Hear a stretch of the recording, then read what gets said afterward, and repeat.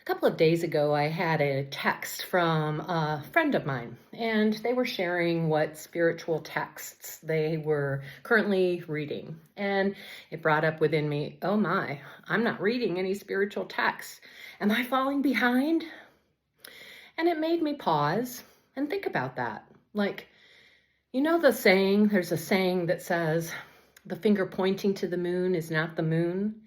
The sacred text pointing to the divine is not the divine. Now, that is not to put down sacred texts or reading sacred texts or being inspired by sacred texts. But what I remembered is that for me, to know the divine means to live into the experience of that divinity within me.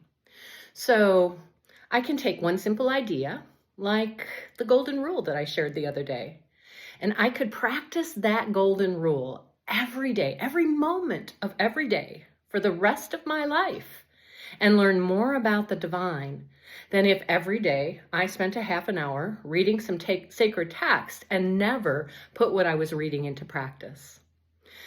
So I gave myself a pause. It's okay, Joanne, that you're not reading sacred texts. The question is, are you living into the experience of knowing the divine by living into that which you say you believe? The golden rule, loving one another, being kind and compassionate, forgiving.